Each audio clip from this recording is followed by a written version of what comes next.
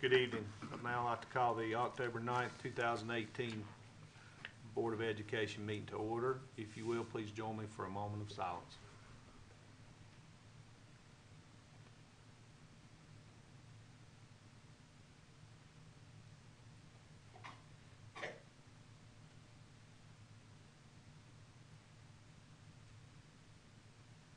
Thank you. I would like to introduce the following students to do our Pledge of Allegiance tonight. Tonight we're lucky to have Lily Stafford, granddaughter of Randy and Penny Stafford, and Jessica Weinbarger, daughter of Sean Weinbarger and Crystal Buchanan. Lily and Jessica were recognized last year as Duke TIP recipients, which is Talent Identification Program, as gifted students that display outstanding intellectual ability for their age. So we're very lucky to have you girls here, and thank you for coming.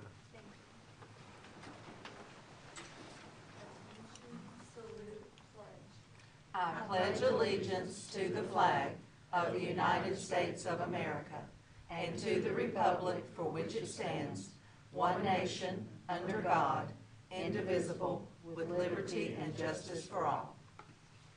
Thank y'all. Thank you. Ladies and families, thank you so much for coming tonight. We appreciate it.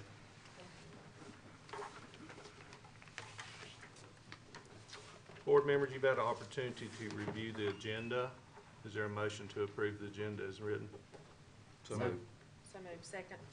Okay, is there any discussion? All those in favor, please say yes. Yes. Yes. Any noes? That carries. Thank you. Now, as our honors and recognitions, I'll call Dr. Jennifer Hefner for that. Thank you, Chairman Bowman and board members. It's always an honor to present the honors and recognition portion of the meeting each month. Tonight we don't have any awards to give, but we do certainly have two special recognitions and introductions. Board members, I wanted to let you know that 25 students and 2 instructors from Normandy, France are visiting Alexander County as part of a student exchange program. Alexander Central High School French teacher Nancy Greiner is coordinating the visit. We are very fortunate to have 4 of the 25 students and their 2 instructors with us this evening. Madame Greiner, if you would please come forward, I would ask you to make introductions of the students and their instructors.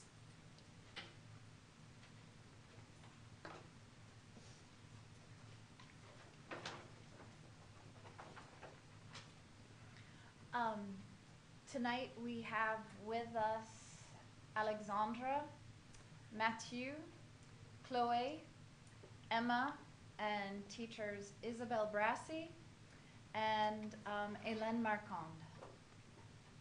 And we say welcome to all of you. Yes. Please stand, please stand, please stand. Wonderful, okay. If you'll stay up, Madame Greiner. Board members, I wanted you to know that our guest arrived on Saturday. They arrived in Charlotte, and they are staying with host families that include school system staff and even 1 board member. Bridget Ryan came to our rescue, and she actually kept 2 of the students here this evening, and then they're going to trade off and stay with Ms. Bayard for the rest of their visit. But each French student has an American student with whom they attend classes and spend social time together. The exchange students will visit New York City before returning home, and you all will find that New York City is very different from Alexander County. This program provides an opportunity for Alexander Central High School students to interact with and host students from France. They experience the French language and culture through their shared experiences. They also gain a more global perspective and appreciation for different ideas and beliefs. The French students will enhance their skills in speaking English in an immersion setting. In the spring, Madame Greiner will accompany 15 of our students from Alexander Central and 2 chaperones, and they will be going to Paris and Normandy. They will be hosted by families of the students that are currently visiting with us. So I would ask you, board members and audience, to give them a very warm Alexander County welcome.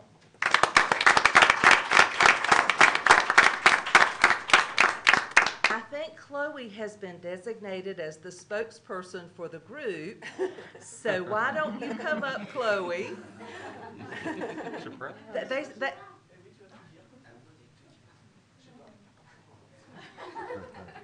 Chloe, share with the group something that you have enjoyed already just by being in the United States. Okay.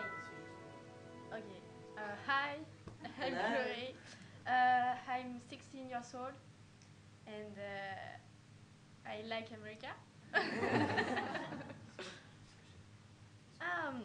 I'm very happy to meet you today, and I find that America is very amazing, so I'm delighted to be here. And thank you for welcoming us, and thank you for very much, Bridget. Thank you. Voilà. Thank you. Students and instructors, the truth is that a superintendent, this job's too big for one person. So we have lots of people to help me with my job. But probably one of the most special people to me, sitting in the back, she's in a blue shirt, and you can call her Miss Deborah. She's my administrative assistant, and I often describe her as my right arm, my left arm, my everything, because she pulls a lot of things together for me.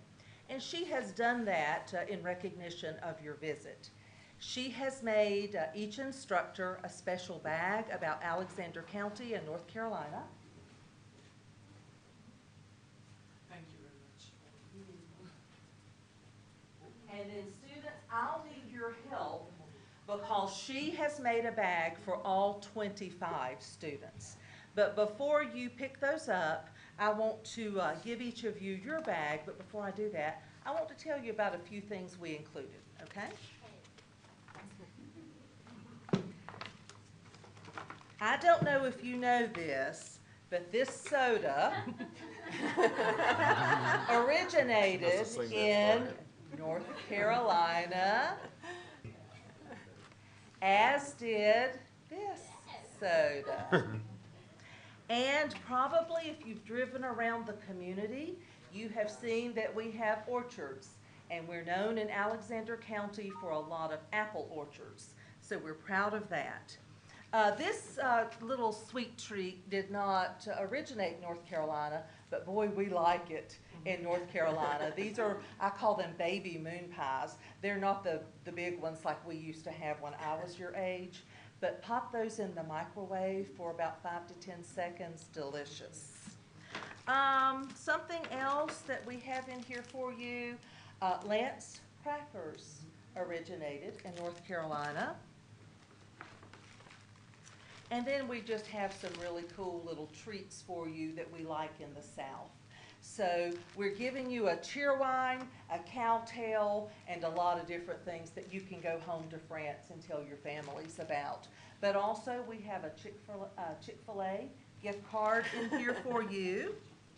A little something to remember us by if you have a cell phone. This attaches to your cell phone. A bracelet. And you're honored to have one because only staff that work in this school system have this. And it says Champions for Children, Alexander County Schools. And there's some information in here. Also, oh, sorry, I forgot to tell you about this. When you open up your baggie, there are a couple little coupons in here that you can use for some freebie things in the school's cafeteria. So, yes. So, all kinds of goodies. And as you go by to pick up all the bags, please make sure that you thank Miss Deborah because she helped me pull this all together. And I know that we have one student with some allergies, and that bag has a special marker on the handle. Okay? Thank you so much.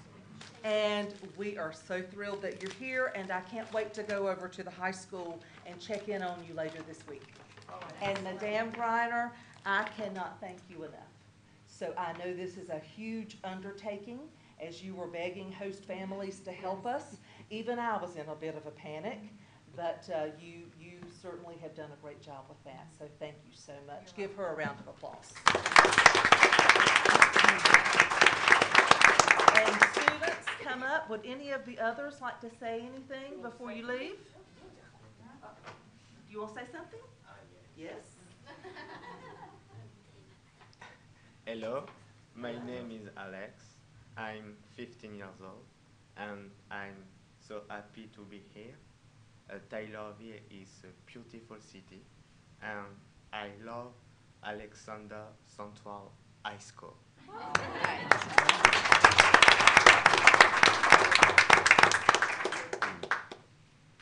we do a picture? We do. for the Facebook? We actually will also run a little clip about this in the Times, in the paper. Yes. Okay, and is it Matthew? Yeah. Yes. Okay, hello, my name is Mathieu. I'm 15 years old and I very love America. I'm very happy to be here and that's all.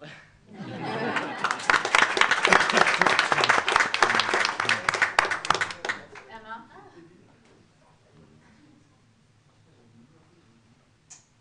They volunteered for this.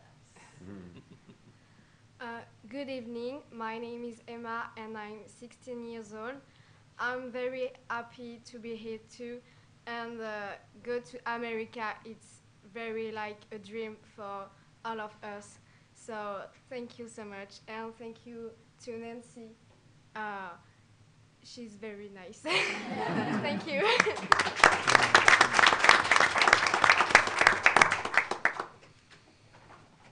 Here are your goodie bags. Thank you. You're welcome. And one other treat will be coming to you in the morning. Another little treat that we had to originate in this state is Krispy Kreme donuts. So I have arranged to have fresh Krispy Kreme donuts delivered to you all in the morning. And maybe it shouldn't be your breakfast, but if it ends up being breakfast, that's okay. All right. Thank you. They knew about Krispy Kreme.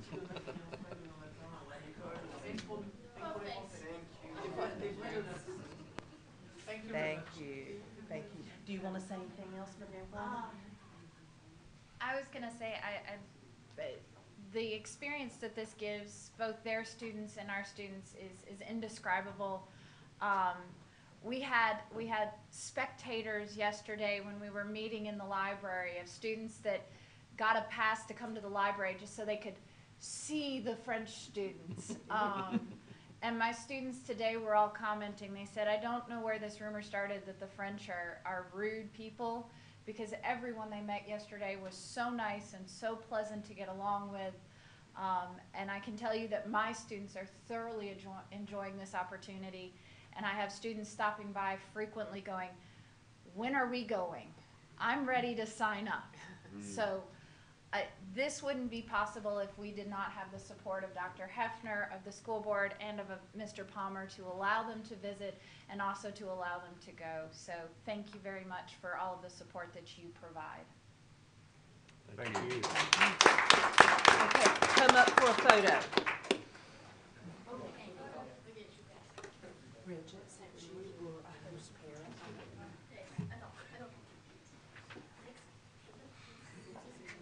Tasha, you'll need to arrange the fire instead. Adults in the back.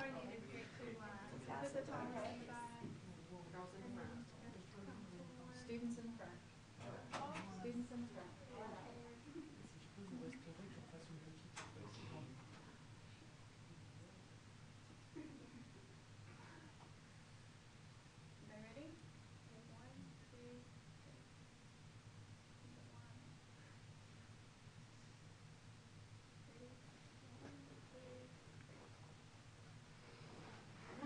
Do you all want to, Mr. Palmer, would you take a picture?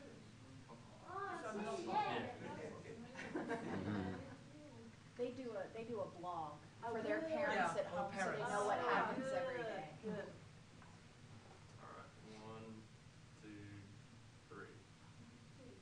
3.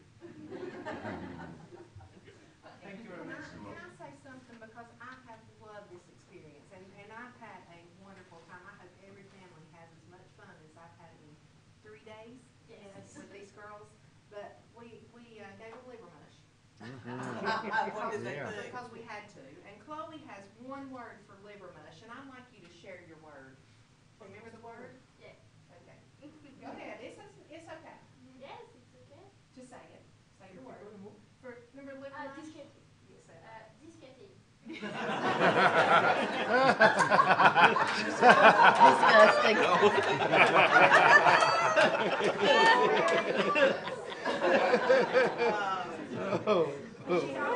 She also said that about our cream corns, but this is not France, so our cream corns, I'm sure, are disgusting compared to That's right, that's right. But we've had a wonderful time, and I know everything has been so organized, and so I know y'all put a lot of hard work into it. Thank you. Thank you. Thank you. Thank you. Okay, as you all go, grab all the bags in the back, okay? She said my cream corn should stick out my Thank you. Oh, there. Really? Just that quick. Back to Pittsburgh. She was funny. He didn't pin it off. She likes colors. No. They didn't. They didn't. About Pepsi. I'll see you later in the week.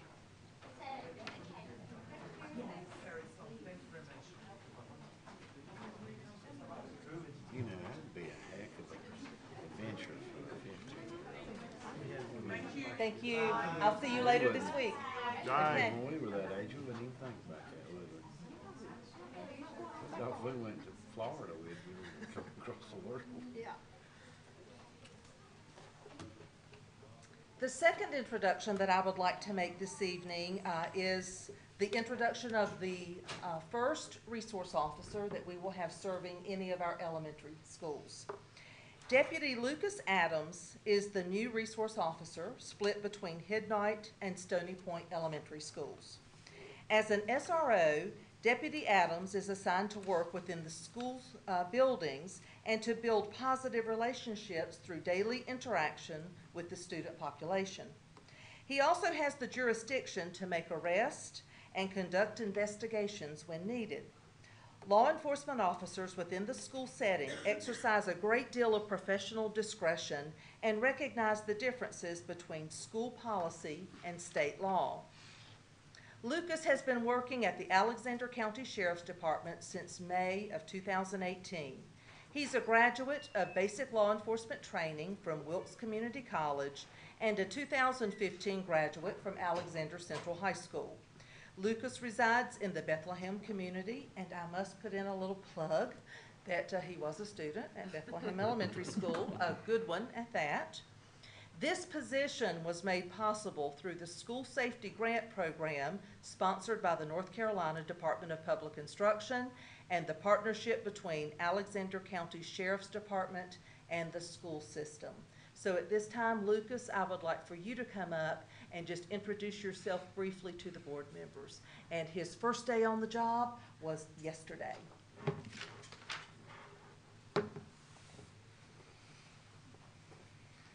I didn't know she was going to have me up here talking, but she mentioned donuts, and that kind of piqued my interest. Listen, I can float a few your way too. So. I'm Lucas Adams, born and raised in Alexander County. Just a little bit about me. She pretty much told you all that good stuff, but I'm excited to start. I think it's going to be a good experience for everybody. I'm glad we're finally starting to get some SROs in the elementary school, but I'm excited to be here. I appreciate the opportunity from the school board. Like Dr. Hefner said, we've known each other for a good while. Long time. Great. Thank you. Welcome, Lucas. Give him a round of applause, please.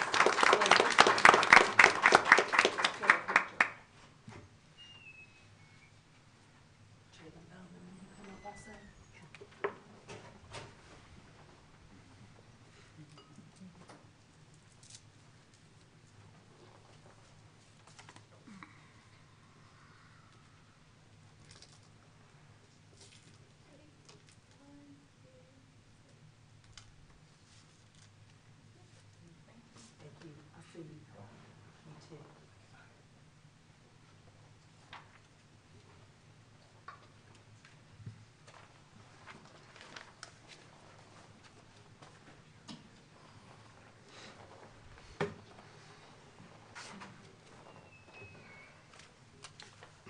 Okay, do we have any public comment tonight?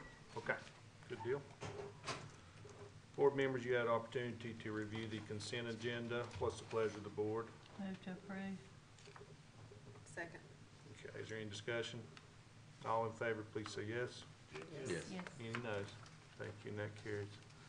All right, we're moving on to our reports, and we'll start off with Dr. Chad Maynor from West Alexander Middle School for a school report.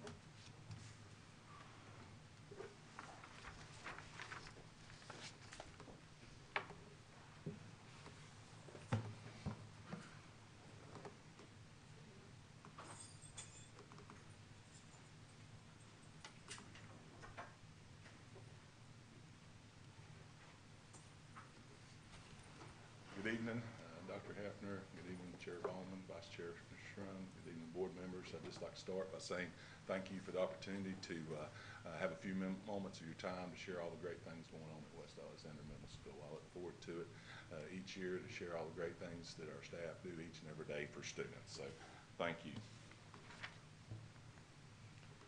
We'd like to start, as the heading of the slide indicates, creating a tradition of excellence. I'm excited to report that West Alexander Middle School has exceeded expected growth for 4 of the last 5 years. Last year, our school growth composite was positive 5.19. According to the state, anything above positive 2.01 is considered an exceptional year, meaning students exceeded expected growth. And as you see, we're nearly 3 times greater than the exceeded expected growth standard of the state, and far exceeded the state average of negative 0.2. As far as West is in relation to other schools across Northwest North Carolina, we were the highest performing middle school, grade 6-8 in Northwest North Carolina, and was 35th in the state among all middle schools in grade 6-8 with that growth composite. So we're really excited about that, and a lot of hard work went in on behalf of our teachers. Also, decided to report with all the great schools in Alexander County and all the great leaders that we were the only school to exceed expected growth in both reading and math. And that's quite an accomplishment considering all the great schools within Alexander County. So we're proud of that and want to celebrate that as a school. You can see where we go back to 2013-14. I couldn't find the exact index. I actually contacted DPI, Dr. Tomlin, and he could only tell me that we exceeded. I think evidently it may be archived for some reason. He couldn't put his hands on it. And we're trying to get all the data to the state, so I wasn't able to get an exact total. But each year we've continued to exceed. Our proficiency is continuing to grow with that. As we continue to grow students, our proficiency rises. It's certainly not where we want it to be, but as long as we're growing students, our proficiency will take care of itself and continue to grow. I would also like to point out that during that time period, we've had 3 different assistant principals, 2 interim assistant principals, no instructional coach, and 2 split instructional coaches, no AIG teacher, or an AIG teacher, no AIG teacher, dedicated intervention specialist. So we went through a lot of change that everybody's experiencing, and I say that to point out to the staff their ability to overcome the obstacles. They find a way to do each and every day what's best for children. So we've got a great staff that goes all the way to our office. Recognizing Ms. Crum, who's here tonight, who's a bright and shiny face at West Alexander Middle School. And I say each and every day, if you can't be happy after talking to her, you're probably a bad person. So, you're probably a bad person, but she's an asset to our school. Recognize Mr. Draper is here as well. Done an outstanding job at West Alexander over 2 years. I'm sorry. Over the 2 years he's there, and I know he's going to continue to do great things at West Alexander Middle School, or at Kidnight Elementary School as well. Mr. Evans, Mr. Palmer, Ms. Curtis's addition to our team. We're excited to have her while we miss her role as an instructional coach. We're excited to her new role as assistant principal. I know she's going to do an outstanding job. So I want to recognize her and just all the staff. I tell people, I said, I'm not good at a whole lot, but I'm pretty good at car duty, and I'm pretty good at hiring and retaining good people, and that's what makes West so great. So I want to give all the staff a big shout out. Did I get some? I apologize. Oh, that's okay. We had everything lined up, and then you had to restart, and it's not been online. So Okay. we now are online. We're now online. Okay. All right. Sorry about that. Your power. This board. This board.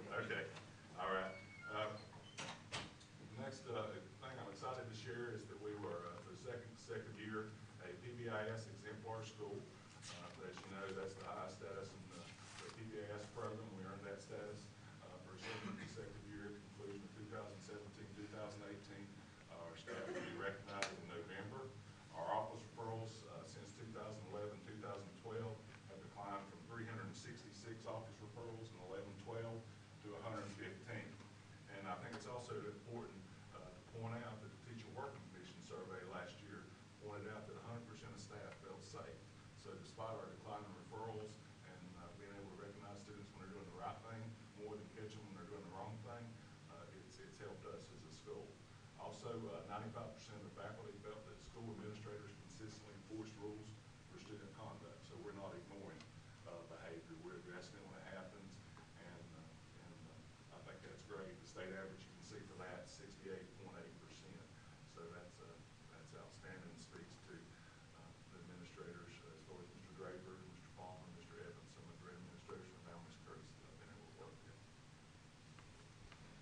Increasing enrollment. Our student enrollment has grown approximately 8.2% since last year.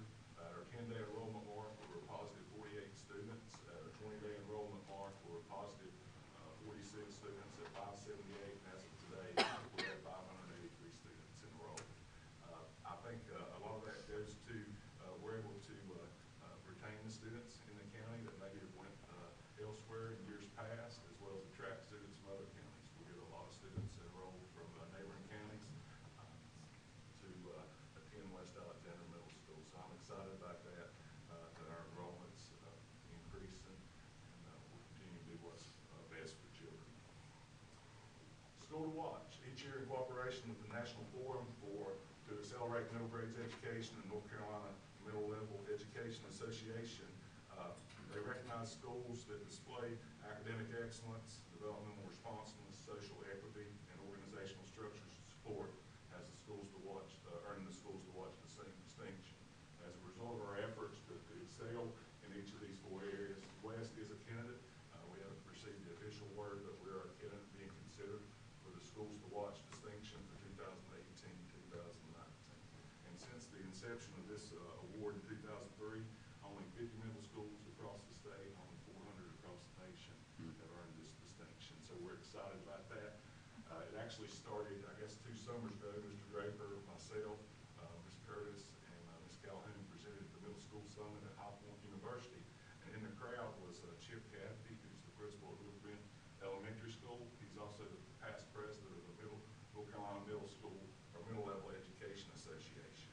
And he encouraged us to apply immediately after the presentation, but we felt like we had some gaps to fill in. We worked to fill those in last year and feel good about our chances of receiving that distinction this year. Once we earn the distinction, hopefully, we'll have an opportunity to present the Middle Level Conference in the spring, as well as the National Summit in Washington, D.C. this summer.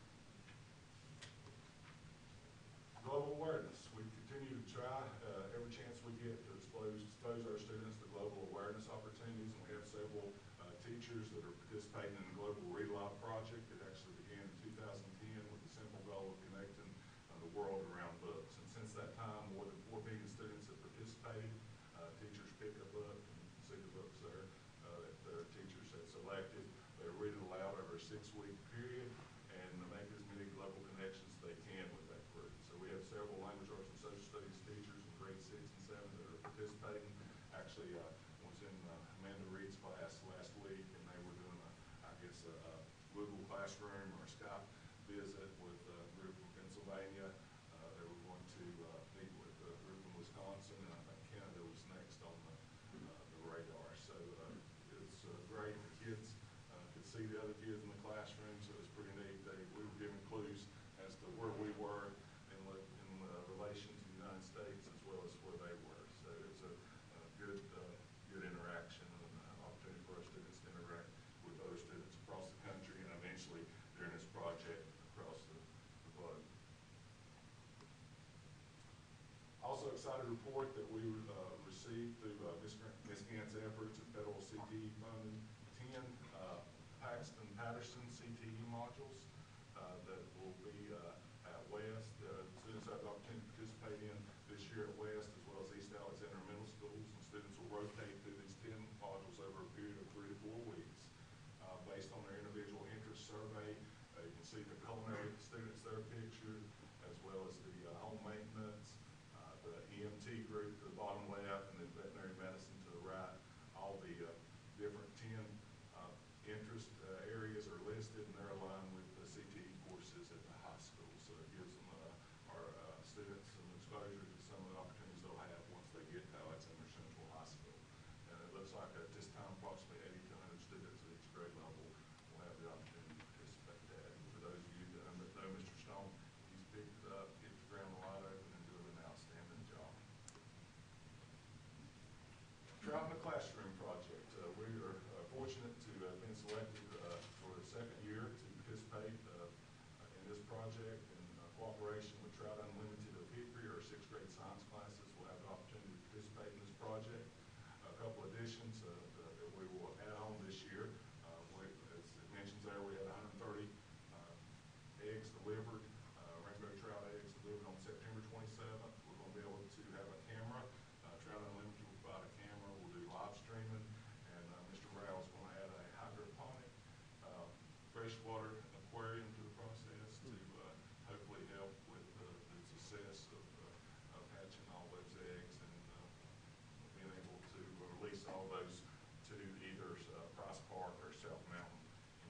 How successful was that project last year? I think he turned in about 30 eggs, so that's pretty good in the first year. And that you might remember when we went through the tornado came through, he actually had a generator running some of his aquariums to get through that. So it's not quite where he wanted, but for the first year he did exceptionally well. Riverbend Elementary School, they're in their third year, and Benton Harbor Middle School is actually participating this year. They're in their first year. So the successful students went to South Mountain last year with Jackie Green and Kathy Starnes, who were board members with Trout Unlimited to Hickory, and a great asset. So give a special thanks to them as well. The kids loved it, and also the other team's science class participating as well. So it's not just Mr. Rouse students on the graphics team. So all the sixth grade science students had the opportunity to participate. All right. That's all I have, other than to say, as always, thank you. I appreciate your support. It means a lot. We try very hard. We've got a great school, and I'm proud to be part of a great team, and I appreciate all y'all do. Thank you. Successful. So any comments, questions? I think you're doing an outstanding job up there. Here, here. I concur. Yeah, absolutely. Thank you.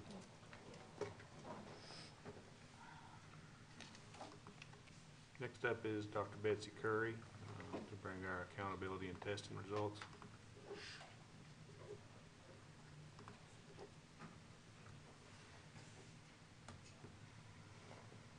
Tried to steal my thunder there. Good evening, Good evening. Board of Education Chairman Bowman, Vice Chairman. I wanted to talk to you about Alexander County's testing results. And we'll hope that this can work for you. It has been shared with you also. This will be a hard thing to work with if we can't get it to show on here. Okay, so we're going to just review a little bit when we're talking about testing results. I know that most of you have been on the Board of Education for a period of time and understand that level 1 and 2 are limited and partial command, and those students are considered not proficient if they score in that range. Level 3 is considered to be sufficient command, and level 4 is solid command, and so is level 5. And those students are considered to be college and career ready as opposed to grade level proficient. We know that North Carolina assigns grades to students, and we'll talk a little bit more about that as I give some more background. But the academic growth score is the amount of students, of how much they grew from the beginning of the year to the end of the year in third grade, or from one EOG to another. And you know that student achievement is 80% of the grade and student growth is 20% of the grade. I want to remind everybody and the public, since we're televised, about achievement versus growth. And this is a slide presentation that we use quite frequently with teachers and with principals. And I've most recently shared it with coaches, and I think I may have shared it in this very presentation before. But if we look at this group of students, and that's the line for proficiency, and this group of students is all either really close to the line, just maybe slightly below or above the line, we say this is a pretty solid group of students, would you not say? If those students started there at the beginning of the school year and moved there, that would also demonstrate some really good growth, and that would be good results. However, if they started there and ended there, not so good. So we're measuring the students' change over time, where they progress to. And this is the definition of achievement versus growth. One thing that we need to remind people of is that student achievement, this is something we've heard across the state, is highly correlated with demographic factors like poverty. So the more poor your community might be, the lower your achievement levels might be. However, student growth is highly dependent upon what happens as a result of education in the classroom. So growth is what we like to look to more, but our schools are sometimes, in the state of North Carolina, unfairly judged by that 80% because that's weighted 80% their achievement, and that is highly correlated with demographic factors. So we tend to focus on that growth. So when we see growth like Chad Maynard out of West Alexander Middle School at a 5.19, that's a really positive thing. They may be 63% proficient or 58% proficient, but when that growth is more than 1 year's growth, they will get there in proficiency. And just because the state says they didn't achieve high enough know that they grew almost 3 times what the average student did in North Carolina, and that's what we need to be celebrating, even if it is only weighted 20%. So this is just a scatter plot of students in North Carolina, and this just illustrates that example. So if you look at, I don't know if this works or not. If you look at the left-hand side of that graph, those are students who are schools that are 0% poverty. And so you can see how those students are scoring anywhere from like the, looks like the 65 and higher range. And if you look at the schools as they become higher in poverty, you'll see that that achievement drops across the board. That's across the entire state of North Carolina, so we have to ask ourselves the question, how is this fair? And is it fair? But when we look at growth, you see that every child in the state of North Carolina, regardless of where they fall on that poverty line, has the opportunity to make growth. And that's highly correlated to the teaching experience they get or the school experience they get. So that's encouraging. What's not encouraging is that's only 20% of the school grade. So I really firmly believe, and I think most of you will agree with me, that that grade is a misrepresentation of how we're doing with our students. Again, Dr. Maynard talked to you a little bit about this, and I'm glad that he did because it makes it more relevant. If a school has a growth score that is between a negative 2.0 and a positive 2.0, they have made the same average growth as most schools in North Carolina, or most students in North Carolina. But if they're above that line, greater than 2.0, then they've made significantly more growth than the average students in North Carolina. So if you take a school like West or Sugarloaf, who had very high growth this year, those students are scoring significantly higher than similar students in the state of North Carolina in growth. And then those indexes that are below a negative 2 are very concerning to us because that means we're not growing our students at the same rate. And remember, growth has nothing to do with demographic factors. When we're talking about MTSS and what we consider to be good, solid achievement, we say that 80% of our students should be on grade level if we are to have a solid core. We have 2 schools now that are fairly close to having a solid core, but another way to look at that are 80% of the students demonstrating a year's worth of growth or more, or is the growth composite at 80% or above. So this will make more sense to you as we go into individual school scores. These are the middle school and high school highlights. What I did here was there's a chart for your reference to look at for both of those, but then on each one of them I did a separate slide, which I won't spend a lot of details on the separate slides because I feel like you can look at those at your leisure, and it's really, the font is really small for the public to see, but it will be posted also. So if you look at this, both middle schools have met growth expectations, and they're moving toward a solid core. So when we say they're moving toward a solid core, we say that because most of their students have met or exceeded growth expectations. So they are not at 80% proficient yet, but at the growth rates, especially at West, you see that that 5.19 is a very, very high achieving score for growth. And they will quickly get to that 80% if they continue that growth rate. You'll notice that East Alexander Middle School, if you look at the past 3 years, they were a negative 1.47 to a negative 1.3 to a positive 1.69, I think it says. So they're trending upward. Their core is becoming stronger and more solid, so we're really excited to see that. Both of those schools are C's, even though there's a pretty big difference in achievement, and that's because 80% of the achievement factor is what gets weighed into that.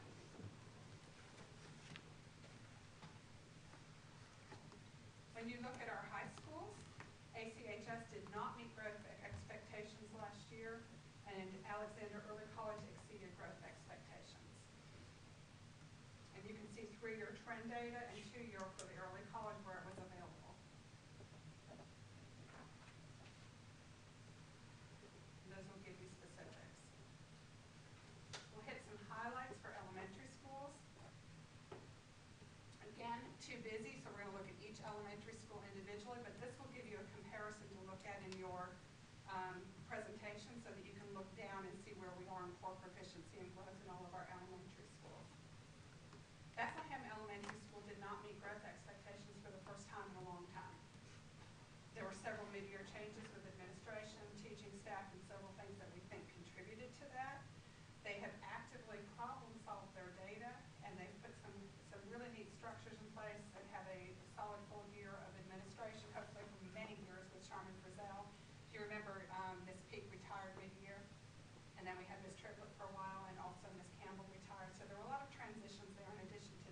staff that we think may have contributed to that. They have a strong school improvement plan. You may have seen that already, where they've got some pretty focused curriculum and instructional changes that are coming into play. Some teaming structures and things that I think will really help them. Ellendale Elementary School, this is a celebration this year. They have a very solid core, and if you remember, they've always had pretty good proficiency, but they struggled to meet growth. And this year, they have met growth expectations. If you just notice that gradual improvement, and they've really focused on looking at what their elements were that they were missing. They did a lot of principal-led PD and rigor last year, coach-supported PD and rigor. They really teamed that pretty well and made some great changes there. Staff is fantastic, and I think they were just tired of not meeting growth, and their proficiency was so high, it was just a little harder for them. So they've done a great job, very proud of them. Hidden Elementary School had a tough year last year. They did not meet growth. They are a low-performing school, which you'll hear a little bit more about what that means to them. They did not demonstrate evidence of a solid core. However, they are focused on what is being taught and making sure that it's aligned to standards. We've done some visits there, which I'll share a little bit in my next presentation, that really indicate that this staff is super committed to meeting the needs of the whole child. And sometimes that can get in the way, but I think they've really narrowed that focus to focus on what's super important, and I think they're headed in the right direction. And we'll talk more about them, because I think this is going to be one of our schools to watch, because just doing a couple of visits there already this year, I'm astounded by the changes that have taken place. Stony Point Elementary School, they met growth expectations. They're emerging toward a solid core, focusing on explicit teaching and direct instruction. One of their main focuses this year is on the reading standards and really teaching them directly and not trying to integrate them so much so that they actually have that direct instruction piece. It's funny that they had a drop in the grade in math, but they actually exceeded growth expectations in math. So there's a lot of things about the way that we calculate data that's really kind of confusing, but they were a B in math and dropped to a C because of that weight on the 80%. Remember, that's a different cohort of children.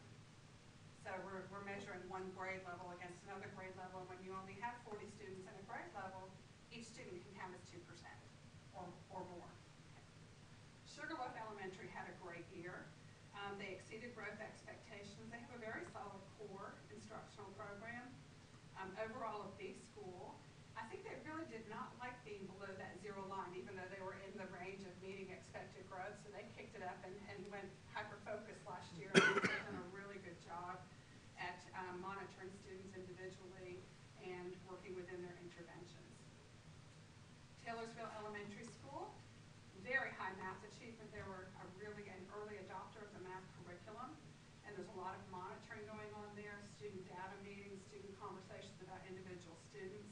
They really focus on rigor and providing that individualized and extra support that kind of make up for the fact that that school is a higher poverty school when compared to others in our district.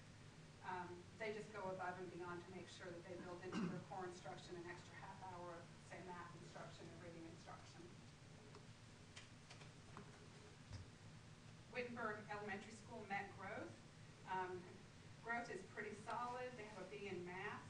They were also an early adopter of the math curriculum. If you remember 3 years ago when we first adopted our math curriculum, Taylorsville and Wittenberg were right on board in year 1, and they're both B schools in math. So when we look at district results, this is the college and career ready, those level 4s and 5s, and you will see that from last year we have come up slightly in all EOG and EOC subjects, and EOG subjects. Not as much as I would have maybe liked to have seen, but the exciting thing about this is that means we have more level 4s and 5s. So we're really meeting the needs of those higher level students. Grade level proficiency, this has come up slightly. Like it to come up more. I think it will next year. We've got some real positive things going on in our elementary schools that will help that to grow, and at all levels actually. It's going to be hard for West to maintain because they've had such good growth for so many years.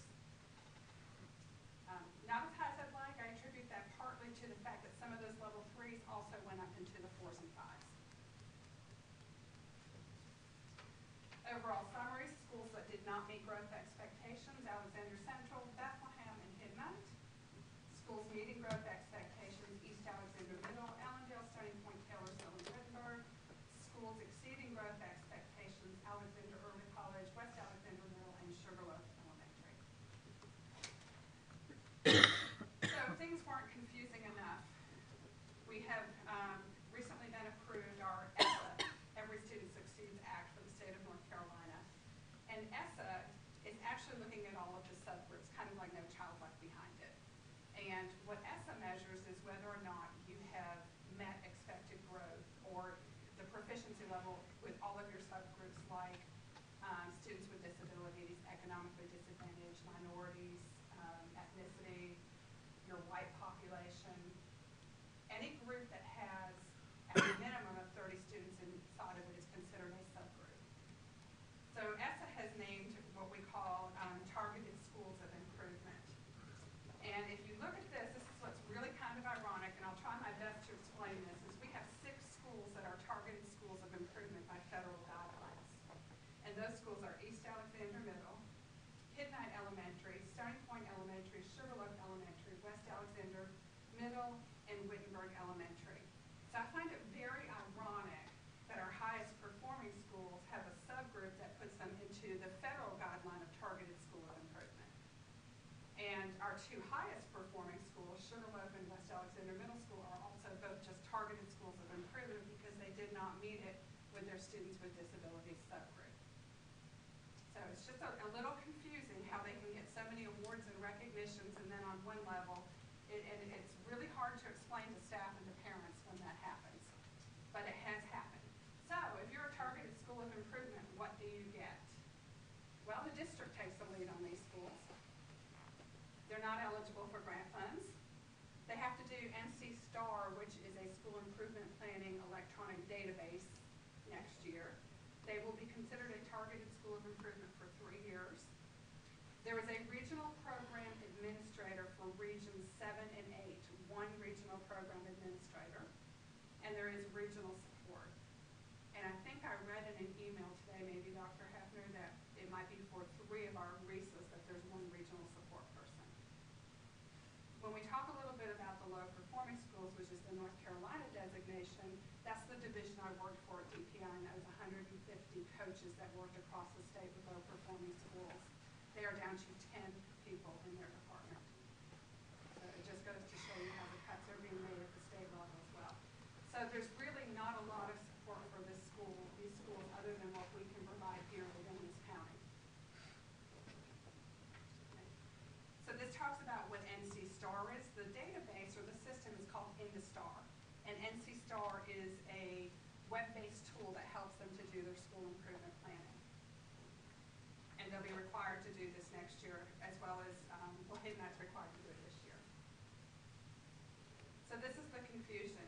West Alexander Middle School, this is just an example of the confusion, is a targeted school of improvement, yet has exceeded growth in a big way, does not have core proficiency, but has a solid core as evidenced by growth. Sugarloaf Elementary is a targeted school of improvement with overall 72.1% proficiency, and they've exceeded growth, but they're a TSI because their students with disabilities did not meet growth in either of those schools. That is also because Sugarloaf would not have a subgroup, except that they include speech students in that subgroup. We don't typically think of our speech students as being exceptional children, but they are counted in the subgroup, so that puts them at 30. When I first heard we had 6, I thought it would be our larger schools because I thought we would have more subgroups, but that subgroup number has come down. It used to be 40, I believe. And so that would knock some of our schools out of having that designation. The other thing to know about this is we have 60% of our schools that are targeted schools of improvement. There are approximately 2,500 schools in the state of North Carolina. 1,600 and plus are targeted schools of improvement. So 63% of the schools, 63 to 65% of the schools in North Carolina are TSI schools. So we're right on level with what's going on in the state with that 60%. We're doing a little better than the state, I guess you could say. And actually, we're a little lower because that's 6 out of 11 schools. So comparison data.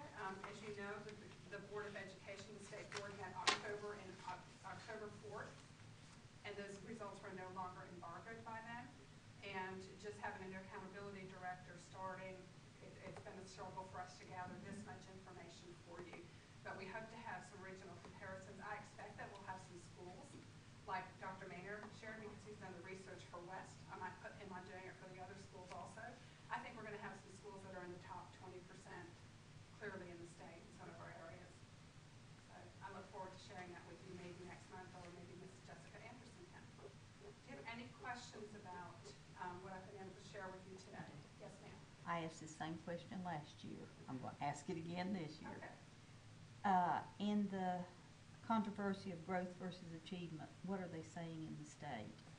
Are there any plans to change those percentages? Well, right now, the grading scale is a 15-point scale, and they're actually talking about shortening that to a 10-point scale, but no discussions about the weighting that I'm aware of. They're going to keep it at the 80-20. And that's one of the things that NCASA and the North Carolina Teachers United Forum, they're all begging for that to be a more even mix, like 50-50. It's just not fair. It is not fair. It really is not. If you know anything about statistics, it's not fair the way it's being done. And I think you have to go back to what they say about following the money. And when the federal government is now allotting $23 billion to charter schools, I think it was billion. 23 million. 23 million? I think it's million. Okay, and then the amount of money that's going to charter schools in the state of North Carolina and the attempt to privatize public education, I'm not sure the motivation is to make public schools look very good. No, I was thinking opportunity scholarships. That's going to be 23 million. It may be billion for the charter. We talked this week as a leadership team how very confusing it is for educators to understand what Dr. Curry has just shared with you all. We're trying to communicate to the public because it almost sounds like you're not being truthful when you hear a principal talk about exceeding growth to the level that they have at West Alexander Middle School, but yet they can be on a list of targeted schools for improvement. So if you all have any great ideas as to how we might drill this down, put it in some type of different language, something better that the public can understand, we're open to that. We have a press release that we've worked on, but it's very confusing for educators to understand, and I think that the general public will struggle a lot in understanding the differences as far as state report cards and grades and different things versus how we're being graded at the federal level. The only reason I understand it as a board member is because I lived through it as a teacher. Right. As a board member, if I were hit with all this, I wouldn't understand it, and I'm sure parents do not understand it because they don't live with it every day.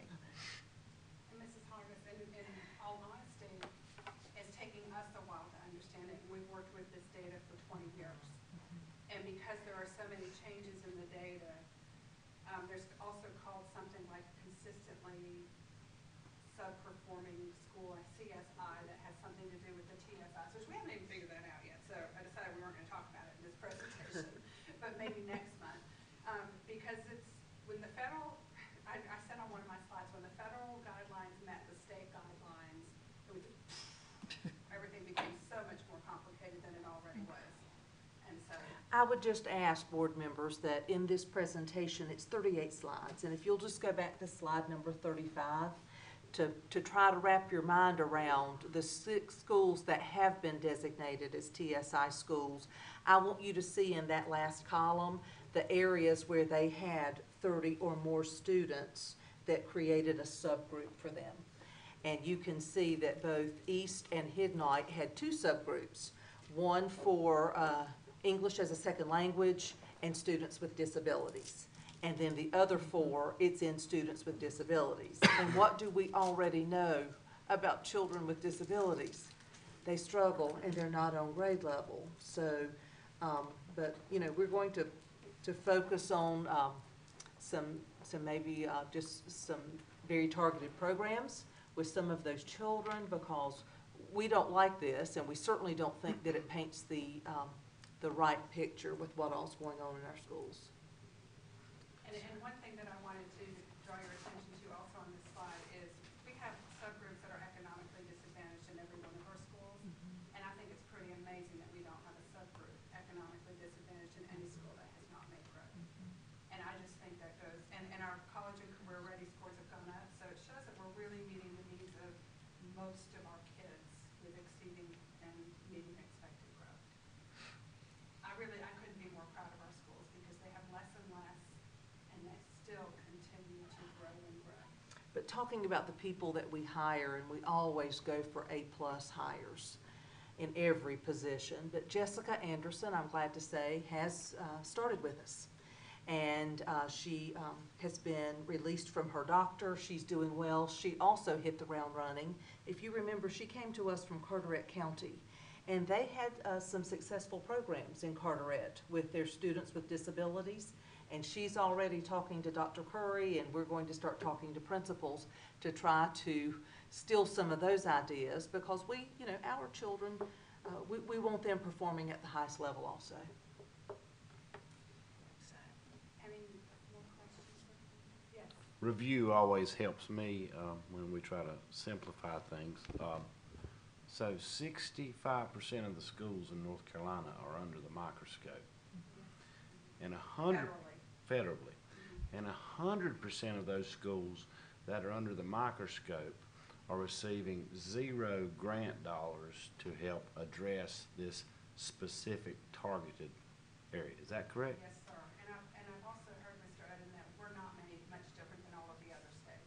Okay. Now, I haven't seen the numbers of the schools from the other states, but I would venture to say that's probably 65 or 70% of the schools in the nation that are now targeted schools of improvement.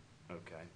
And if you take the state of North Carolina's budget and you went back historically, go back, I don't know, you can go back 10 years or you can go back 20 years. Education is a smaller part of their budget today than it was 2 decades ago. Now, in your household, that means that, say, your electric bill is education. If your household budget paralleling electricity and education, what are you going to turn off? Your washing machine? Well, you'll have dirty clothes. You're going to do it without your heat pump? Oh, it's hot in the summer, it's cold in the winter. What we have here is a systematic depowering of public education. And I know you folks, you're busy, you have other things on your mind, but your children are supposed to be your most important investment. And yet from a budgetary standpoint, we're just disconnecting components that create the whole educational experience. Another comment was made that they had, I think, 10 folks working out of that office. And they're supposed to be support staff for these targeted schools, which comprise 65% of schools under the radar, even those that are scoring really well. So if you have 10 folks working in the office, regional office, I would assume, we have 100 counties in North Carolina. So if you base it on counties, then 1 person for 10 counties. Now, who in this room could cover 10 counties? Because if you can, you're very marketable and in demand. But I dare say you couldn't be very effective in your role, because they say the span of control in any professional business, the management ladder, the ideal, optimum span of control is 1 to 5. 1 to 5. That's optimal.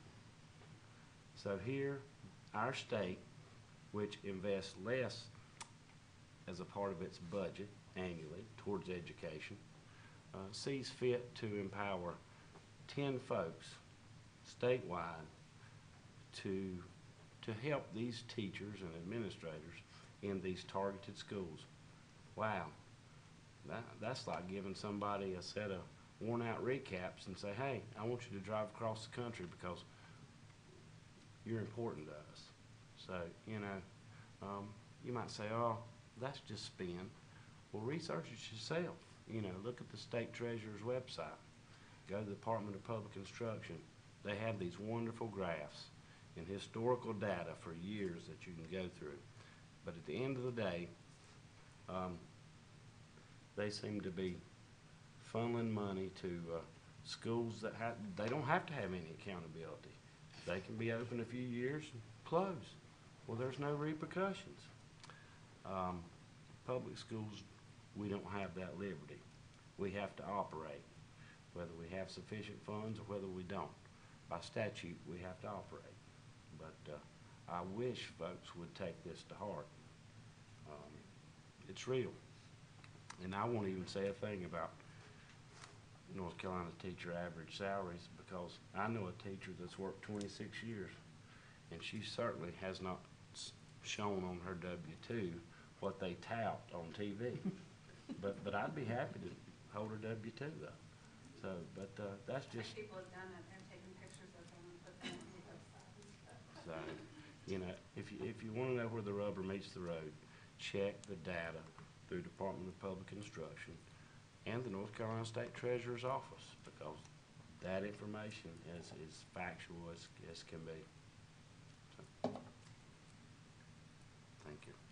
Thank you, Mr. Adam. Dr. Curry, you want to continue with your low performer? This is just another example, and you think about going to visit these schools. We do have a low performing school for the first time in Alexander County Schools history, and that's actually those 10 people that are working with DPI used to serve the low performing schools in Alexander County, or in all school systems, I'm sorry. But this is really hard for me to do, because when I go to Hidden Elementary School, I see a community of teachers who are all about educating the whole child. And it's not that some improvements can't be made, some can. But again, if you heard Dr. Maynard say the number of positions he has lost over the last 5 years, the same is happening at all of our schools.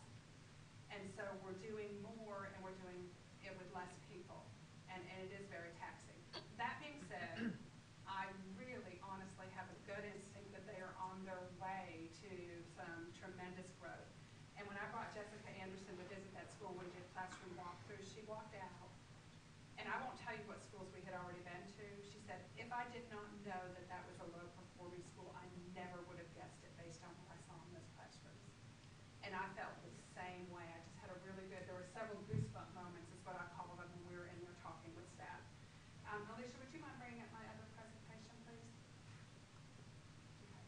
So these are also, this is just federal requirements, so I'm going to share them with you because I'm required to, and there are certain things that our Board of Education is required to do, as well as the school, as a result of having low-performing schools. Low-performing schools are defined by Government Statute 115C-105.37. And it's basically a school that has a performance grade of a D or F, and either met expected growth or did not meet expected growth. So a school that is a D or F could meet expected growth and still be considered a low-performing school. They have to exceed expected growth. These schools stay on this list for a minimum of 3 years, despite what they might do over the course of one year period. Same with targeted schools of improvement. So government statute says that schools identified as low-performing if a school has been identified as low-performing as provided in this section, and the school is not located in a local school administrative unit identified as low-performing, the following actions shall be taken. So this is when we talk about a district in transformation. One of the districts I worked with for DPI was a district in transformation. It was a low-performing district. So this is talking about a school in a district that is not low-performing. This is what we must do. Step 1, this is all sanctions for the administrator of that school. Within 30 days of the initial identification, which was October 5th, the superintendent shall take one of the following actions. Recommend to the local board that the principal be retained in the current position. Recommend to the local board that the principal be retained in the current position and a plan of remediation is developed. Recommend to the local school board that the principal be transferred or proceed under government statute to dismiss or demote the principal. And if My you- recommendation, Mr. Draper, is number one. So we are exempt from any of this because we have a new principal in that school. But that's not guidance anyhow, is it? That's not really guidance anyhow, is it? That they're giving you? I mean, saying, well, you can keep No, the that's principal, statute. We or don't you can have get any rid of the. choice. I'm saying You it's, can keep them or you can lose them. yeah, either way you wanna do it, so appreciate the good guidance there from the state. I guess if we wanted things to remain status quo, we just do with one. We just recommend to you that this person be retained and you take action on it. Step 2, within 30 days of the initial identification, again, that was October 5th, as a school that is low performing by the state board, the superintendent shall submit to the local board of education a preliminary plan for both improving the school performance grade and the school growth score, including how the superintendent and other central office administrators will work with the school and monitor the progress. This is going to be the NC STAR that Hidna is going to have to do in addition to their school improvement plan. Good thing is they're going to copy and paste a lot of their school improvement plan into NC STAR. We've had several conversations about this. NC STAR was a requirement for schools that were basically not doing school improvement planning, that were low performing schools. So the state put that in place to make them comply. What we're doing with our school improvement plans, as you've all seen, is very comprehensive, so they're going to cut and paste that into that. And we do have a plan for how the district's going to support that. We've talked about with Mr. Draper, and Dr. Floor is Mr. Draper's liaison, so she's been in on those meetings as well. So at the November board meeting, you will get, you will actually get it probably a week or two before, maybe even in the next couple of weeks, a copy of the NC STAR for your first preview to look at. The preliminary plan reference will be submitted through NC STAR. Dr. Alicia Flores, the school principal liaison, assigned from Alexander County Schools, and I will work with, and we'll kind of what I did with DST, I will conduct monthly school visits and support implementation of aligned instruction and the school improvement plan. So we'll meet regularly about that, probably the 3 of us. Step 3, within 30 days of the receipt of the preliminary plan, on December 5th, we've asked for an extension for the December board meeting, which I found out we were granted, so we don't have to approve it until the December board meeting. The local board shall vote to approve, modify, or reject this plan. Before the local board votes on the preliminary plan, it shall make the plan available to the public, including the personnel assigned to that school and the parents and guardians of the students who are assigned to that school. So this plan will be available after the November board meeting. Mr. Draper will have, he has a meeting scheduled already that will go home in the parent letter notifying them of the low performing school. And he will share the NC STAR with them and get input on what they want to do to change and get any more input that they might need as a result of this low performing school status. Any input that you might give on that NC STAR will also be considered, and that plan will be finalized and come to the Board of Education on the, I think it's December 5th, it's the December board meeting? No, it's later than that. 11th? Anyway, the December board Now meeting. now you're testing me. I'm not sure. Yeah, that's a long time away. So at that point, we will vote to approve it. We'll submit it to the state of North Carolina. They will offer feedback. We will have to consider that feedback and resubmit it as is or take into consideration that feedback from our one regional person. So, and I guess I kind of jumped ahead, but you shall submit a final plan to the state board within 5 days of the local board's approval. The state board will approve it, and actually it'll be our regional person that will approve it, and we'll offer recommendations. Dr. to Curry, modify do the we plan. know who that regional person is? I do not know yet, and I understand that they're not fully hired. Okay. Does that mean the department's not fully hired or the individual? They haven't put those teams in place yet in those regions. They also have, like, they're moving to a regional support model, and so they will have one person who leads that regional support team. And the 10 people are actually at DPI that help with all the low performing schools. That's exactly what I would do if I were running a business. I would implement a program and have no one staff to fulfill it. I think that's great. Again, that's the coaching comments that we'll have to consider those comments and consider, the local board will have to consider what they said and take that into consideration. Part of government statute 115 says that we have to submit a letter and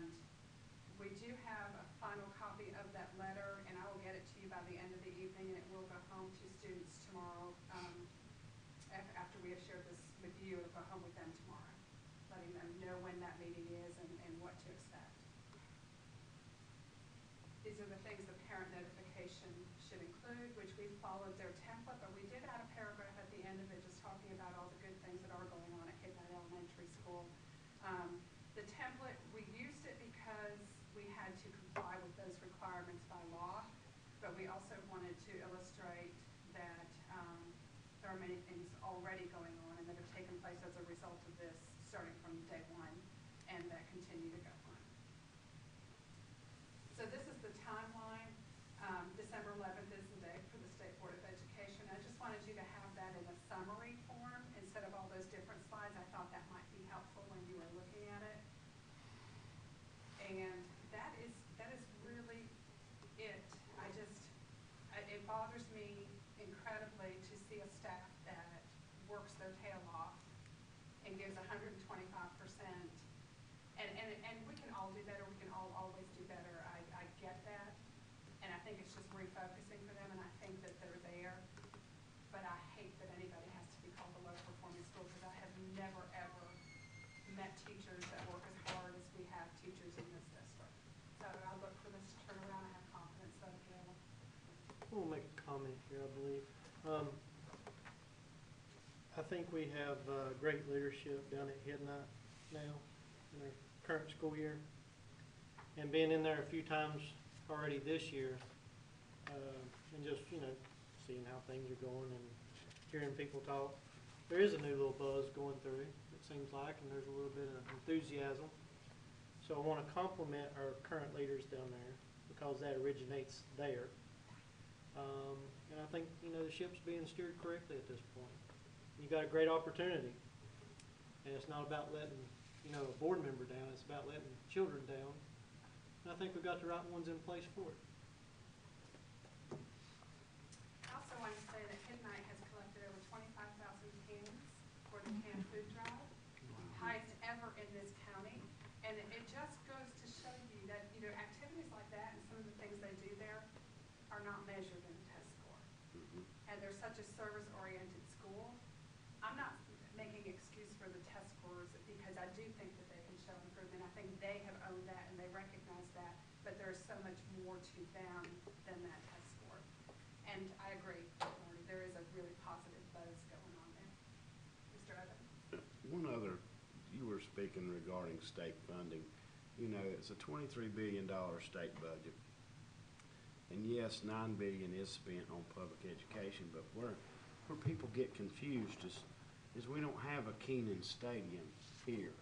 And, public education, when you look at a budget pie for a state government, you've got to take in consideration Chapel Hill is not like Alexander County Schools. UNC Pembroke is not like Chapel Hill.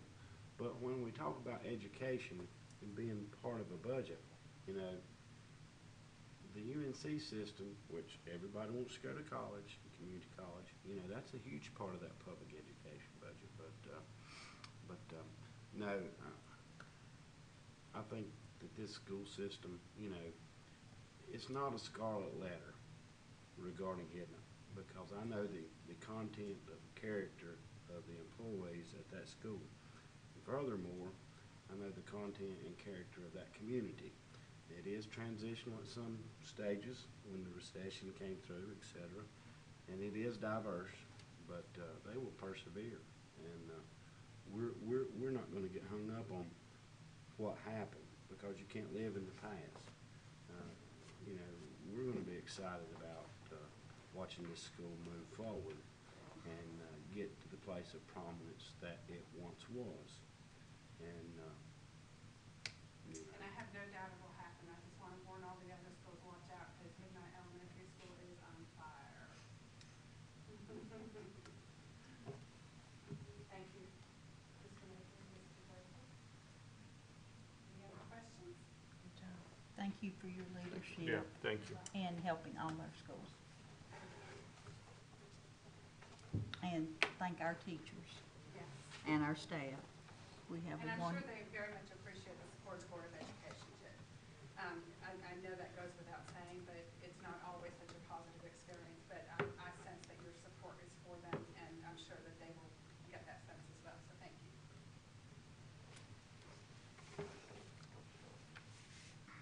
Okay, Dr. Hedron, we'll let you present your superintendent's report. Thank you, Chairman Bowman.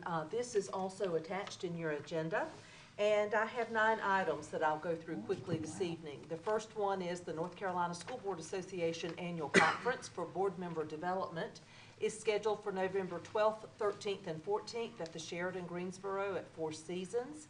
I hope you'll be able to attend this state conference with me this year.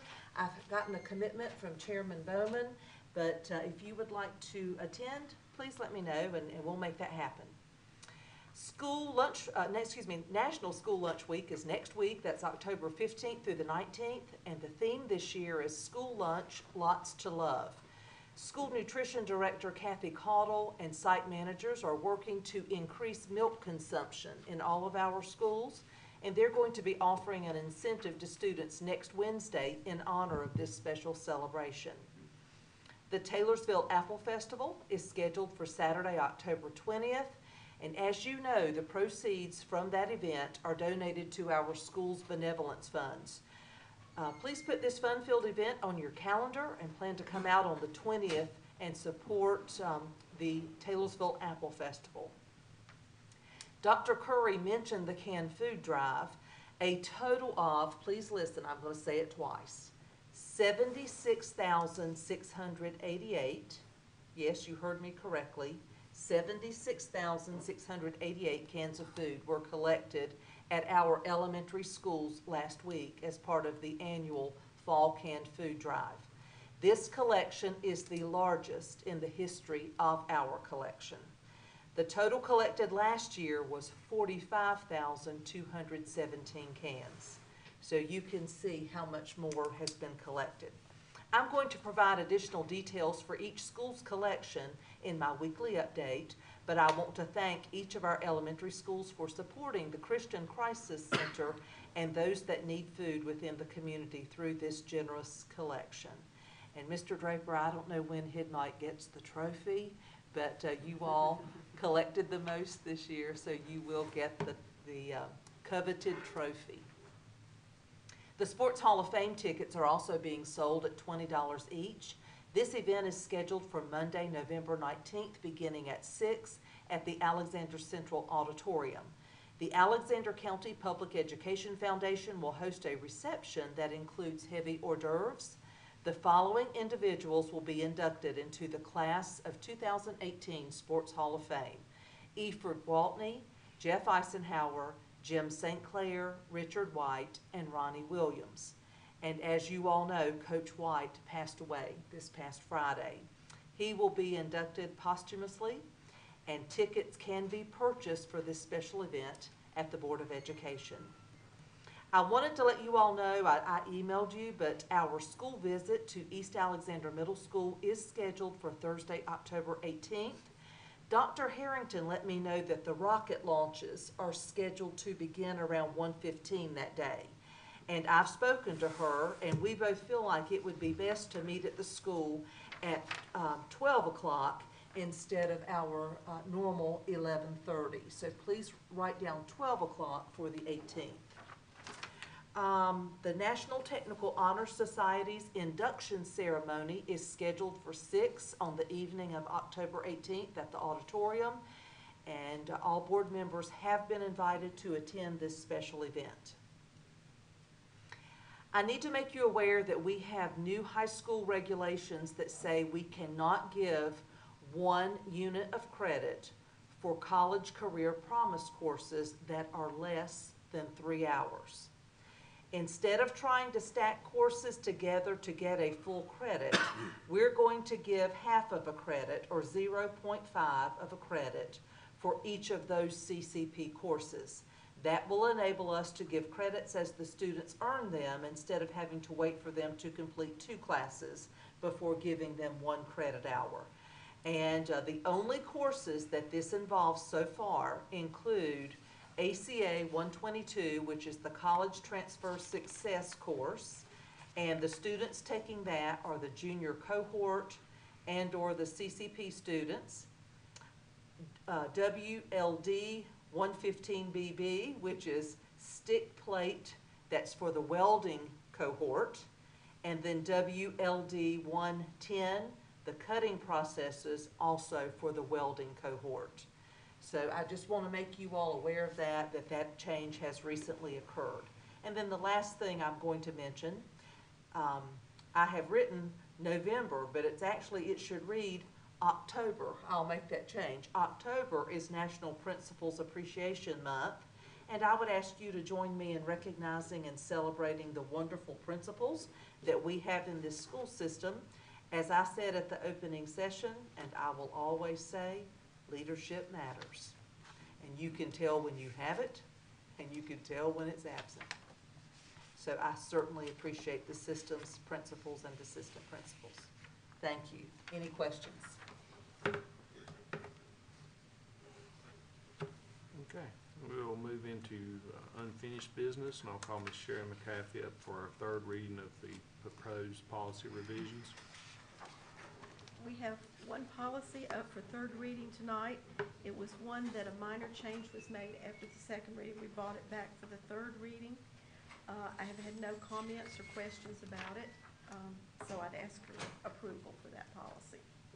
Board members, are a motion to approve policy number 7240 as presented on the third reading. So moved. Second. Okay, any discussion? All in favor, please say yes. Yes. Any noes? Thank you, that carries. Mrs. Happy, will you continue, please, with new policies or second readings? We have 6 policies that are up for second reading tonight. I have had no comments, questions, or concerns about these policies, so I would ask your approval on second reading. Move to approve as presented. Second. Any discussion? All in favor, please say yes. Yes. Any noes? Thank you, that carries. And once again, Ms. Happy, can you continue with new business? Okay. We have 2 policies that are up for the first reading tonight.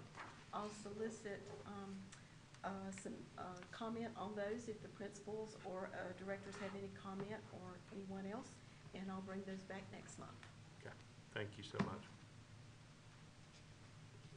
I will now call Dr. Alicia Clover for our beginning teacher plan.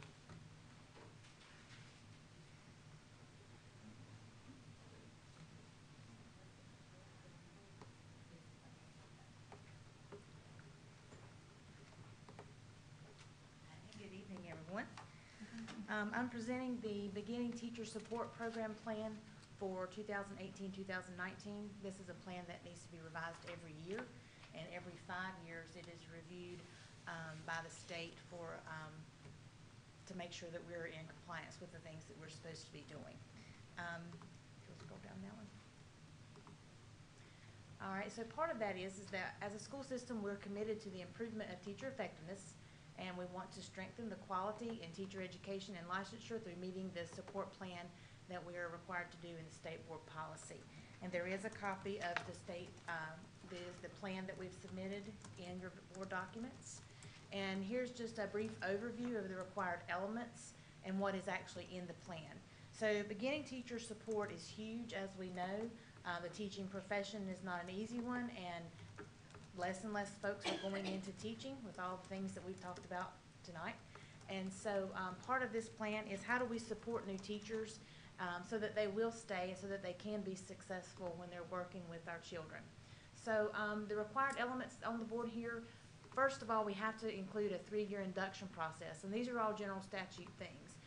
For the first 3 years, teachers are identified as beginning teachers or BTs. So throughout this plan, you'll see it referred to as a BT. And there is a 1, 2, and 3, which is year 1, year 2, or year 3 for those teachers. So the 3-year induction process, we work with those teachers at the beginning of every year. When they're first hired, they come for orientation here at the county office, and we go through things with them like, okay, here's what we do in Alexander County Schools. Here's what we do for our safety procedures. Here's how you work with your licensure. Dr. Curry does a lot with curriculum and instruction and content delivery, instructional strategies, and just a lot of things that they need to know that we're required to let them know up front. But it also gives them an introduction into here we are to support you. And we get to meet with all of them personally. We get to spend time together the first 3 days. It's usually a 3-day induction time where they're here at the county office with us some. Then they're in the school working with the principal and their mentor. They're all assigned a mentor. And that's part of general statute as well. And that piece is crucial, that they have someone that's their go-to person. They all have to have the mentor. So that's part of the orientation and what that looks like. Working conditions we go over with them. Of course, they're, like I said, they're mentor assignments. We try to give them limited preparations. You know, at the elementary level, you prepare for everything. You have all the subjects. But we try to look at what all it is that they're assigned at the school level. At middle school or high school, for example, they may have one or more subject to prepare for with the class periods that they teach, but we try to limit that. So that's kind of what that means there. Limited non-instructional duties. And no extracurricular assignments unless requested.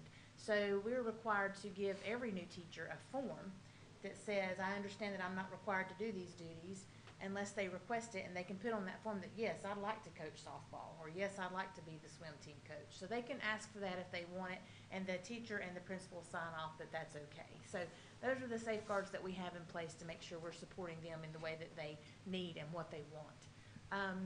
The mentor selection process goes mostly through the principal. You know, we monitor that here at the county office level, but the principal decides who's going to best serve that teacher when they begin their career. We try to put those folks within the same building if possible, or at least kind of the same content area. When you have a teacher like a music teacher in an elementary school, there's not another music teacher in that same elementary school. So we try to pair them, you know, with folks within the county that teach music, but they're still going to have a go-to person at that school level for school level things, you know, maybe not the content. And so they go through that with the training, and the mentors are in training as well. They have to go through a training process, and so we describe that in the plan to make sure that they're prepared to do what they need to do to help the new teacher. Professional development is provided once a month. Dr. Curry conducts, and the instructional coaches conduct professional development for the new teachers, and so they come to the county office and they have a session on whatever the need is for that month, or whatever the planned content is for that month, and we bring people in to help with that. They get evaluations, and they have professional development plans, as all teachers do. All teachers are evaluated throughout the year. They just have additional evaluations. Every teacher has a professional development plan. You may have heard it called a PDP, and we all do that. The difference with a new teacher is that their PDP is signed off by the principal, but also by their mentor. They help prepare those documents and support them in their yearly goals. The rest of that plan includes and I abbreviate here, BTSP, Beginning Teacher Support Plan. There's a monitoring in place, a peer review, and we have to also describe how we keep up with their files and the reports of the new teachers. And so that's pretty much a really quick overview of the Beginning Teacher Plan, but we have to submit it to the state board by October 31st, and so we needed to bring it to you this evening for your approval in order to be able to move forward with that. Any questions? Okay. Board members, you've heard this. Do we have a motion to approve the beginner teacher plan as presented? So moved. Second. Any discussion? All in favor, please say yes. Yes. Any noes? Thank you. Thank you very much. Okay, I will now call Ms. Sherry McCaffey back up for our 2018-19 budget presentation.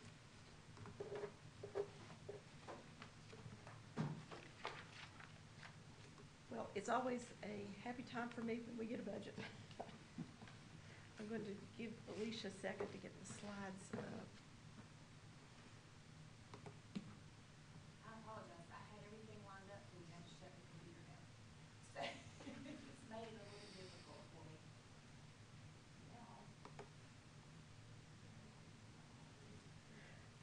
Okay, we'll take the spotlight off of her, and I'll go, no, okay.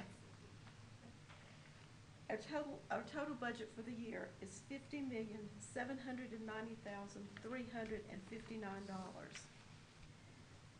Of that, 65% is state, 15% is our local current expense, and then federal, child nutrition, and our local Fund 8 make up another 6% each. Again, this year, salaries and benefits are the main portion of our budget. Salaries and benefits are 84%. Each year that continues to increase. Purchase services are 7%, supplies and materials 8%, and capital outlay 1%.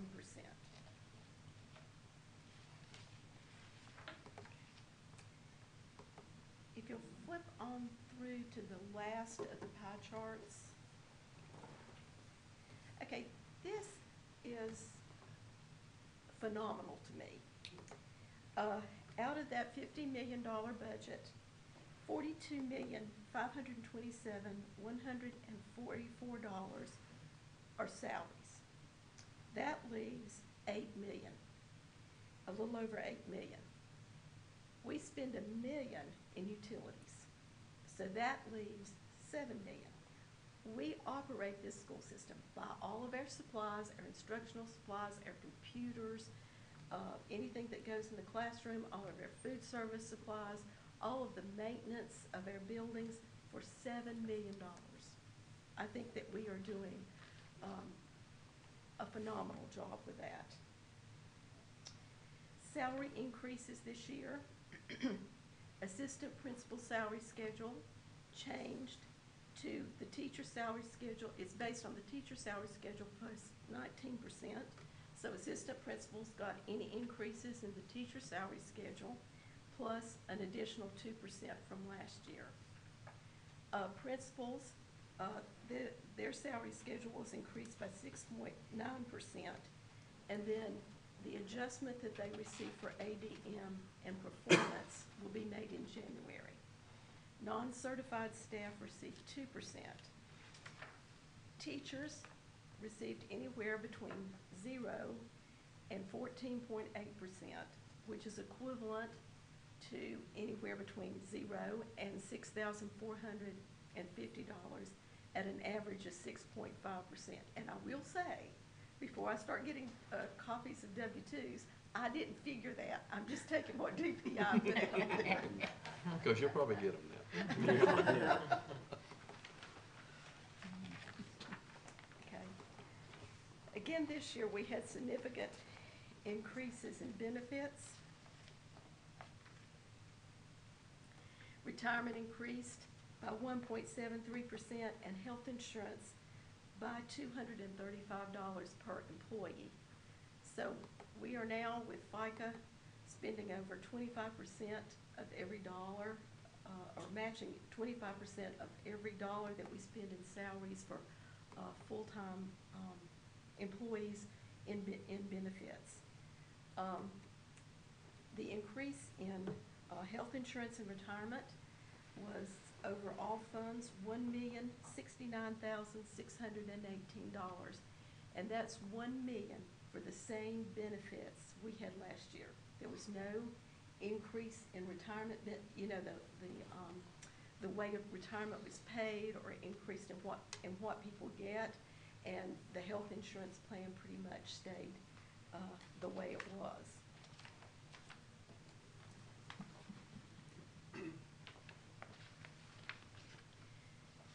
County appropriation this year is $6,520,851, and that is an increase of $488,951 from last year. The use of fund balance in the current expense fund, we had on June 30th, 2018, $2,896,038. We have appropriated in this budget $862,324, and that leaves just a little over $2 million.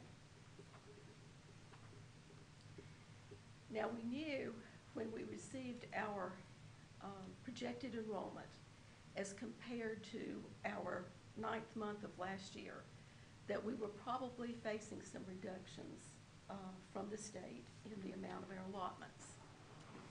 We will receive a reduction of 20 students for virtual charter schools, what happens is every year DPI takes the students we had in charter schools, adds them back to their ADM, and then takes them out once they get the charter school's best one of 2 first months. I'm not sure why they do that. It makes it more complicated for us. It obviously makes it easier for them, but we'll get those 20. And based on the first month's principal report, we will receive a reduction for 80 students because of our decreased, or because of the difference between our projected ADM and, or that we were allotted, and our current ADM.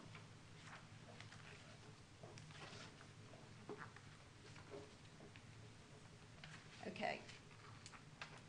For the 20 students will be reduced for charter schools, we will get a decrease pretty much across the board in every PRC they will take back for those 20 students.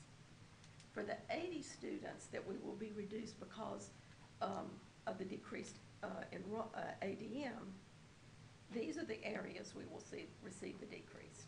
Classroom teachers, instructional support, non-instructional support, which is clerical and custodial, textbooks, CTE program support for those students who are in the high school that would receive CTE program services, classroom supplies and material, and teacher assistance for the elementary grades.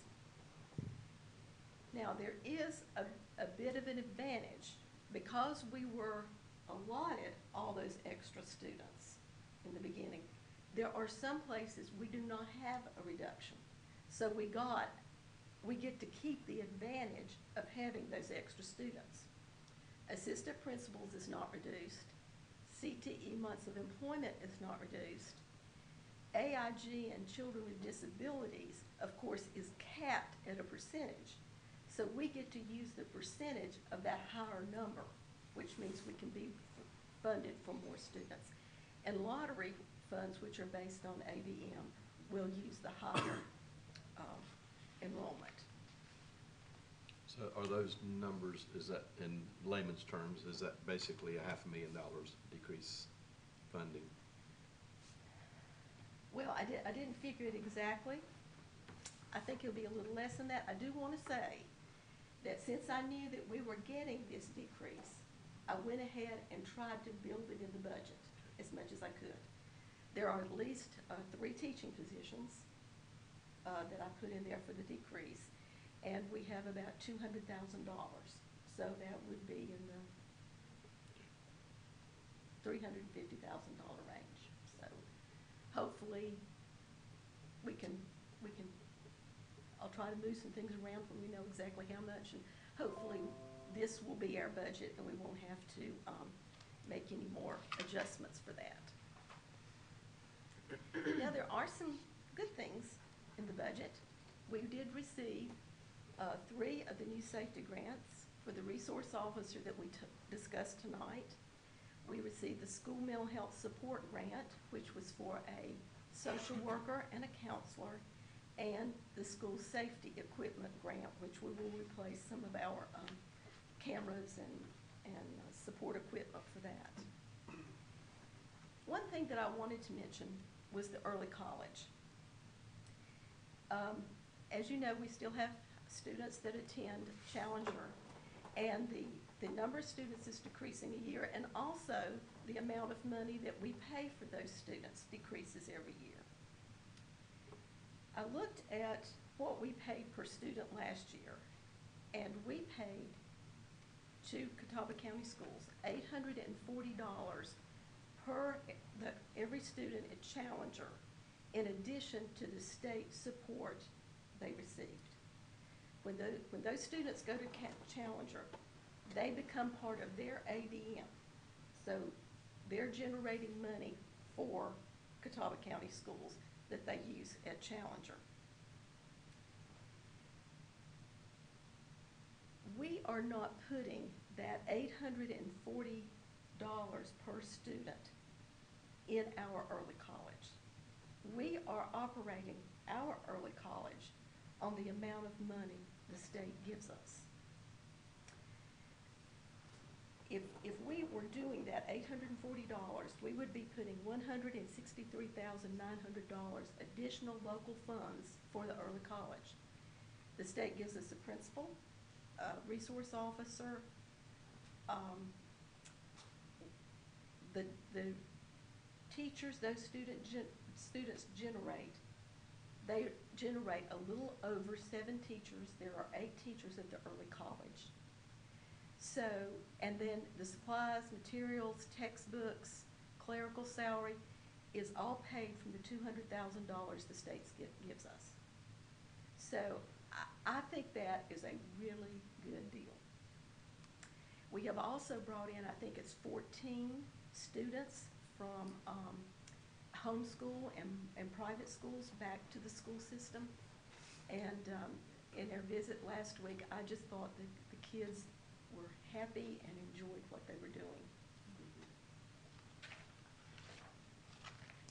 Okay. Oh, and this is another success. This is see, I even found an emoji for this one. This year, It's been a while. we will transfer. Yeah. We will transfer $0 to the school nutrition program. They will operate on their own. Self-sufficient. And that is going to equal what we are not transferring to the school nutrition program will equal 2 teaching positions. Are there any questions? One quick question. I stumbled on something and I couldn't really make heads or tails of after reading it numerous times. But Blue Cross has announced a decrease in their rates for 2019, and I looked it up right quick, and they're saying a 4.1%. Will that be a positive for us? Well, on the, we have a bi-weekly finance webinar, and somebody asked that question if they were willing to project what the retirement and health insurance rates were going to be for next year, and they said no, absolutely not. I think that the savings may actually go to the employee, where they're buying additional coverage for family. Okay. We're starting open enrollment right now, and that's what some material from the state treasurer said when it came. So, but if I do find anything else out about that, I'll certainly pass it along. Thank you. Just 2 brief comments for the general public. It's the state of North Carolina's health plan through Blue Cross Blue Shield, so those are pass-through monies in essence. Nobody on the school board, no administrator, we don't set teacher salaries. That's all set by the North Carolina DPI, but moreover, the General Assembly, all those benefits. So of that $50 million budget, a school board can essentially adopt a school calendar. They're dictated by the state, you know, what insurance you'll buy, with whom, and then the salaries, the mystical state teacher average pay over $50,000 a year. That's fake news, so just wanted to convey that. But I want to commend the administration and staff and the budget committee for crafting a workable budget that, for the most part, is out of our hands. Good job. We'll make it another year.